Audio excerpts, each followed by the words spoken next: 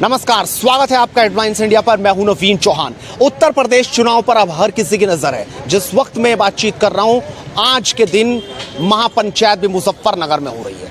लेकिन इस महापंचायत का क्या असर होगा यूपी चुनाव पर, और क्या वाकई किसान एक बड़ा असर डालने वाले हैं? इस बार किस मुद्दे पर चुनाव होता नजर आ रहा है? विकास के नाम पर, महंगाई के नाम पर, बेरोजगारी के नाम पर, और जो तमाम दूसरी पार्टियां हैं उनका क्या रुख है? अखिलेश यादव अपना दमखम लगा रहे हैं, 400 सीटों का दावा भी कर रहे हैं। वहीं योगी आदित्यनाथ भी कह रहे हैं कि वो 300 से ज्यादा सीटें जीतेंगे। ऐसे में इस बार कौन होगा असली लड़ाई में? बातचीत करने के लिए हमारे साथ युवा साथी हैं जो पॉलिटिकल एनालिसिस भी हैं। उनसे भी बातचीत करते हैं, क्योंकि राजनीतिक विश्लेषक ही सब कुछ बता पाएगा कि आखिरकार क्या कुछ है।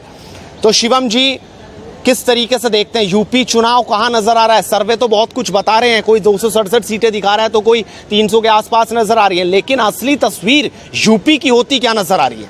नमस्कार। देखिए, सर्वे कुछ भी दिखाए, हम लोग जमीन से जुड़े हुए आदमी हैं। वैसे तो अभी कई न्यूज़ चैनल ने सर्वे किया है जिसमें बीजेपी को 250 प्लस दिया है, लेकिन बीजेपी का जो प्लस पॉइंट रहेगा इस चुनाव का, सबसे प्लस पॉइंट कानून व्यवस्था। उत्तर प्रदेश में पुलिस जो है वो माफिया से डरती थी, ऐसा था उत्तर प्रदेश का माहौल।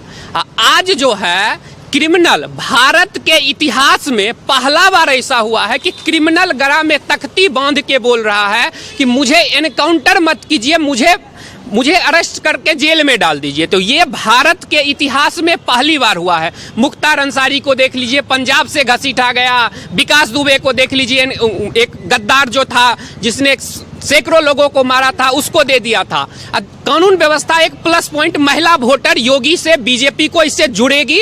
जो बिहार चुनाव के बाद मोदी जी ने साइलेंट वोटर का जिक्र किया था, तो वो वोमेन वोटर ही साइलेंट वोटर है बीजेपी का। लेकिन साथ साथ जो गरीब के लिए योजना चलाए जा रहे हैं, जैसे कि राशन कार्ड है, जैसे उसमें मतलब था पहले क्या कि थाना पे भी सपा के गुंडों का कब्जा था। हर थाना में आप एफआईआर लिखाने जाइए, तो जब अखिलेश का जो वहां का कार्यकर्ता था, प्रधानमंत्री ने भी इसका जिक्र किया था कि जो थाना में आपको एफआईआर लिखाने के लिए पहले वहां ब्लॉक में सपा के प्रमुख से परमिशन लीजिए, तब थाना में एफआईआर लिखा सकते हैं। तो आज ये सिस्टम, जो राशन कार्ड बनता था, वो राशन कार्ड बनने के लिए जाके आपको सपा का कार्यकर्ता बोलेगा, यानी जिसके पास 4 चक्का है, 2 व्हीलर है, पक्का मकान है, उसे राशन कार्ड मिलता था। जबकि आज उसका राशन कार्ड योगी जी ने छीन के गरीब को दे दिया। तो जितना नौटंकी लोग का करना है नौटंकी कर ले, लेकिन जिस गरीब के खाता में अनाज जाता है, गैस सिलेंडर जाता है, घर बना है, टॉयलेट बना है, तो वह गरीब आदमी इस आधार पे नहीं वोट देगा कि कौन क्या टीवी में नौटंकी कर रहा है।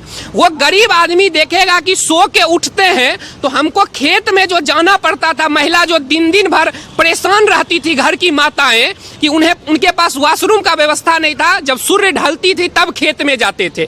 इतना तकलीफ से ग्रामीण माताएं गुजरते थे।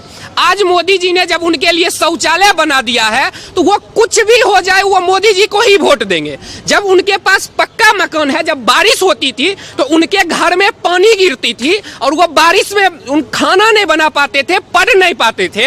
आज ये हालत हो गया है कि उनके पास पक्का मकान है, बिजली है, स्वास्थ्य की व्यवस्था जो है, क्या देखा जाता है गरीब के लिए क्या चाहिए? कहीं जाके आपने बात की कि किसान खेत में जाता है। किसान तो चलो कल भी खेत में जा रहा था, कल डर की बात आप कर रहे हैं, लेकिन आज भी किसान तो डरा हुआ है पेमेंट ना आने की वजह से, और तमाम दूसरे मुद्दे जो बिजली उन्हें परेशान कर रही है उसकी वजह से, जो उसके बड़े बिल हैं।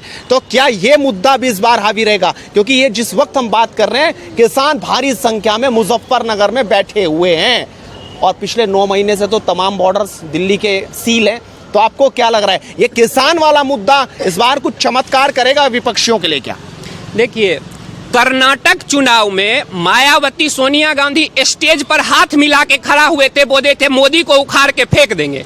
तो ये जो किसान का महापंचायत हो रहा है, ये महापंचायत ये किसान का नहीं है, ये चुनावी पंचायत है। इस पंचायत में आरएलडी के, सपा के, कांग्रेस के, ये पंचायत वो जो राकेश टिकैत थे वो पलट गए, बोले लखनऊ को घेरेंगे, लेकिन मुजफ्फरनगर में। मैं इसके अंदर की बात बताता हूं कि ये मुजफ्फरनगर में क्यों कर रहे हैं। क्योंकि पंजाब के किसान को, सिख भाइयों को खालिस्तान के नाम पे बुलाया जाएगा, हरियाणा के कुछ भाइयों को बुलाया जाएगा, और कुछ हमारे किसान भाई जिनके साथ इस देश में 70 साल तक अन्याय हुआ है। मैं किसान का बेटा हूं, किसान के खेती करके ही मुझे पापा दिल्ली में पढ़ा रहे हैं। तो किसान जो है उसके साथ 70 साल तक अन्याय हुआ, लेकिन अब ये क्या कर रहे हैं, कुछ जो बीच के बिचौलिए हैं, दलाल हैं, जब मंडियों को मोदी जी मुक्त कर रहे हैं। जहां मेरे पापा जब अनाज लेके जाते थे तो मंडी वाला हमसे 16 रुपया में खरीद के अब 30 रुपया में बेचता था। हम डायरेक्ट कंपनी को बेचेंगे, हम क्यों इस बिचौलिया को दे?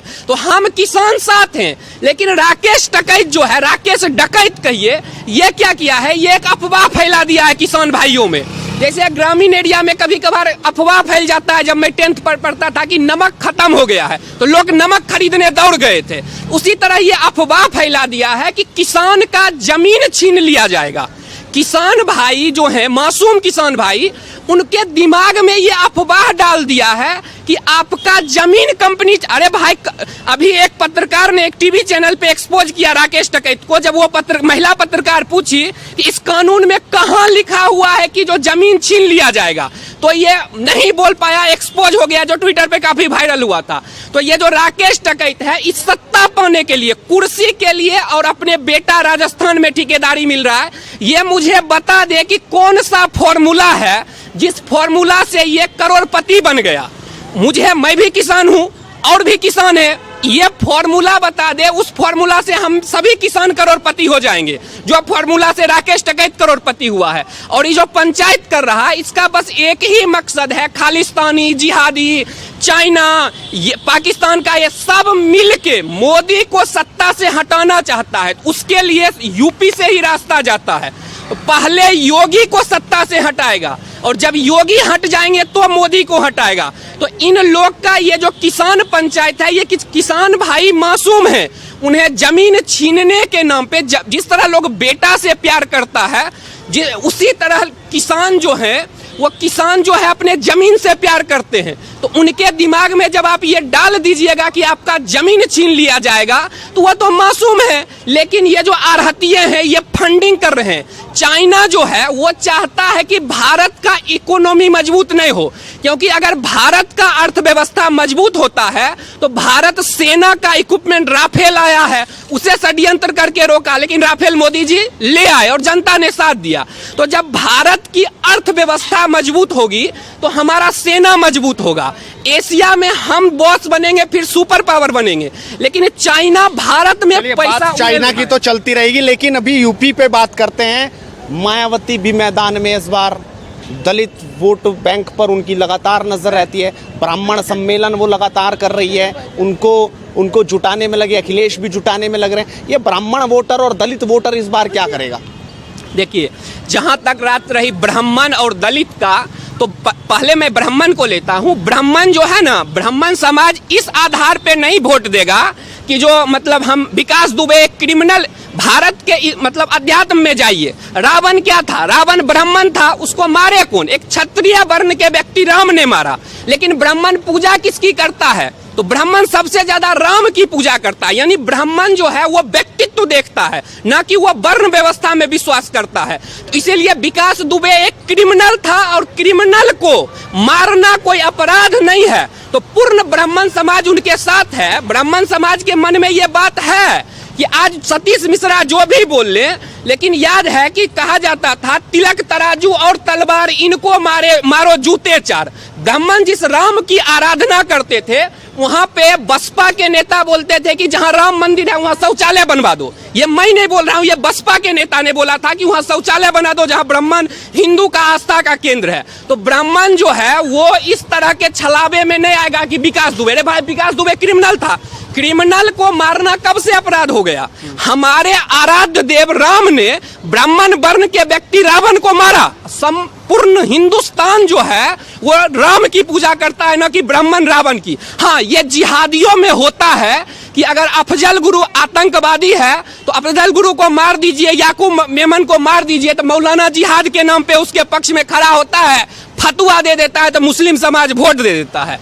आपने दलित समाज की बात की, तो हाँ, दलित समाज पहले जो था वो बीजेपी से दूर था, लेकिन जब से अफवाह फैला दिया था कि सवर्णों की पार्टी है, ये है, लेकिन मोदी जी ने दलित समाज का विश्वास जीता, योगी जी ने विश्वास जीता। जब एक बुखार आता था दलित समाज में गंदगी के कारण, सफाई कम होने के कारण, योगी जी ने घर घर जाके वहां पे पूरा व्यवस्था करवाया, गोरखपुर में अस्पताल में। तो दलित समाज जो है वो 70 साल तक गरीब क्यों है? अगर दलित समाज ये सवाल अब पूछ रहे हैं दलित युवा इनसे, कांग्रेस से, सपा से, कि आप मेरे हितैषी हो, तो 70 साल तक दलित आज भी गरीब क्यों है? मोदी जी ने 5 साल में दलित को गरीबी की रेखा से उठा के इतना दलित को बाहर निकाला, दलित को शौचालय दिया, घर दिया, पेंशन दिया, सारा व्यवस्था। तो दलित समाज डेवलपमेंट पे अब वोट देगा, क्योंकि उन्हें योगी और मोदी में पूर्ण विश्वास है। तो ये मैं बीजेपी के समर्थक के रूप में नहीं, ये मैं आपको एक राजनीतिक विश्लेषक जो जमीन से जुड़ा हुआ व्यक्ति है, जो गांव गांव जाके देखता है कि दलित का किस तरह उत्थान हो रहा है, सिर्फ तुष्टीकरण करके वोट दिखावा के लिए नहीं लिया जा रहा है, वास्तविक में दलित भाइयों का विकास किया जा रहा है, उनको जो है कैसे वो ऊपर आए, इस आधार पे उनका डेवलपमेंट हो जाएगा। जो आज तक नहीं हुआ कि मायावती को दलित छोड़ सीधा बीजेपी के साथ लग जाएगा, अब तक तो उन्होंने छोड़ा नहीं। देखिए इसका तो कोर वोटर है ना। हाँ, दलित कोर वोटर। लेकिन मैं सबूत देता हूं कि 2014 का चुनाव हुआ, 2019 का चुनाव हुआ, 2022 का चुनाव होगा, योगी जी सीएम बने वो चुनाव हुआ, सब चुनाव में मायावती जी 0 पे चले गए। क्यों? क्योंकि मायावती जी जो ये मुलायम सिंह का गुंडागर्दी था, तो जो मायावती 0 पे चली गई, वो ट्रांसफर होके इस बार आज रावण के साथ लग जाएगा। हाँ, आपने बोला रावण का, जब एक बार लोग धोखा खा जाता है ना तो दोबारा सतर्क रहता है। तो मायावती जी ने देख लिया कि मायावती जी ने सिर्फ उनको कुछ दिया नहीं, कुछ उनके लिए किया नहीं, सिर्फ जाति के नाम पे उनका वोट लिया। तो रावण जो है ये कुछ नहीं कर रहा है, क्योंकि जब सराय का लेखा हो, नूरपुर हो, जब वहां पे दलित समाज का बारात नूरपुर में नहीं निकालने दिया गया, तो जब नहीं निकालने दिया, बेटी की बारात में ये सोचिए कि समाज जुड़ जाता है कि गांव की बेटी यानी हमारी बेटी है। और नूरपुर में जब जिहादियों ने बारात जाने नहीं दिया तो रावण किसके साथ खड़ा हुआ? जिहादियों के साथ, न कि नूरपुर के दलित भाइयों के साथ। सराय खाले खां में जब एक हिंदू भाई एक मतलब मुस्लिम लड़की से शादी कर लिया तो उसको घर को उजाड़ दिया गया, आग लगाने का कोशिश किया गया यहाँ सराय खाले खां में। रावण किसके साथ था? जिहादियों के साथ। तो ये देख रहे हैं कि रावण जो है वो दलित से ज्यादा अब उसे सत्ता का मोह हो गया, अब वो कुर्सी चाहता है। शुरू में वो दलित के लिए काम किया, मैं एक्सेप्ट करता हूं, लेकिन अब उसे मोह हो गया है कि किस तरह मुझे कुर्सी मिल जाए, और कुर्सी के लिए वो जिहादियों का साथ लेने लगा है। तो जनता देख रही है कि मात्र और मात्र मोदी और योगी ही है जो अपने बेटा के लिए नहीं, अपने परिवार के लिए नहीं, देश और समाज के लिए काम कर रहा है। जब आज तालिबान का चुनौती है, चाइना का चुनौती है, एक ही व्यक्ति है जो देश की राष्ट्रीय सुरक्षा, अगर राष्ट्रीय सुरक्षा जिस तरह यूपी में कानून व्यवस्था योगी जी ने संभाला, उसी तरह राष्ट्रीय जो चुनौती अभी देश के सामने है, क्योंकि भारत को कोई साथ दे न दे, विश्व गुरु बनना है भारत को। भारत विश्व गुरु बनेगा, ये मैं दावा करता हूं, और ये सदी है। इसीलिए युवाओं को साथ आना होगा, और युवाओं को जो है ये जात पात इसको छोड़ के डेवलपमेंट और राष्ट्रवाद के मुद्दे पे चुनाव लड़ना होगा, उस आधार पर उन्हें वोट देना होगा। चलिए शिवम जी, बहुत धन्यवाद। तो इन्होंने बताया कि आखिरकार यूपी में होगा क्या। आप भी बताइए, अपनी राय रखिए, इस वीडियो को शेयर कीजिए और लगातार जुड़ रही है हेडलाइंस इंडेक्स, क्योंकि मुद्दे के बाद बदस्तूर ऐसे ही जारी रहेगी। नमस्कार।